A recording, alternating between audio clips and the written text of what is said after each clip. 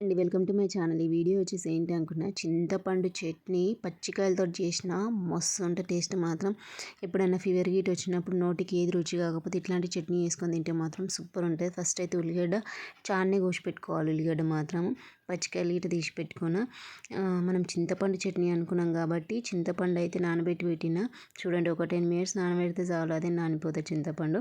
ఒక చిన్న కడాయి తీసుకొని కొంచెం ఆయిల్ వేసుకొని పచ్చికాయలు తీసుకున్నాం కదా, పచ్చికాయలు వేయించుకోవాలి. పచ్చికాయలు అయితే దోరగా బాగా వేయించుకోవాలి. పచ్చికాయలు బాగా వేగిన తర్వాత పక్కకు తీసి పెట్టుకున్న తర్వాత అదే కడాయిలో మనం కోసి పెట్టుకున్న ఉల్లిగడ్డ ఈట వేసుకొని బాగా వేయించుకోవాలి. ఉల్లిగడ్డ మాత్రం జర ఎక్కువ క్వాంటిటీని కోసి పెట్టుకోవాలి.